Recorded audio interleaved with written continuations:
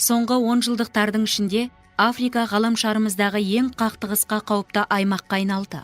Сондықтан оны жиі қақтығыстар континенті немесе қайнап тұрған континент деп атай бастады.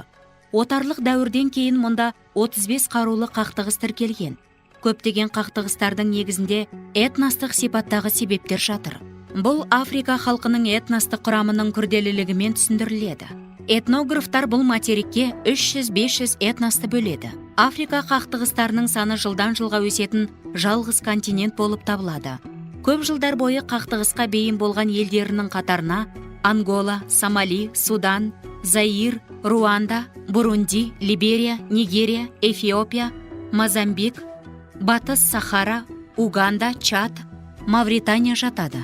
Қақтығыстардың барлығы Африканың көпшілік елдерінің әлеуметтік-экономикалық артта қалушылығы, ондағы кедей халықтың басым болуы, қаржылық және материалдық ресурстардың тапшылығы, елдің сыртқы қарызының орасан зор болу жағдайында орын алып жатыр.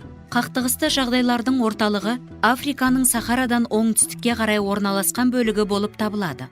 90-шы жылдардың ортасында Руанда мемлекетінде орын алған ең қанды қақтығыс бүкіл әлемді дүр сілкіндірді. Этностық қақтығыс кезіндегі адам шығыны 1 миллионнан асып кетті.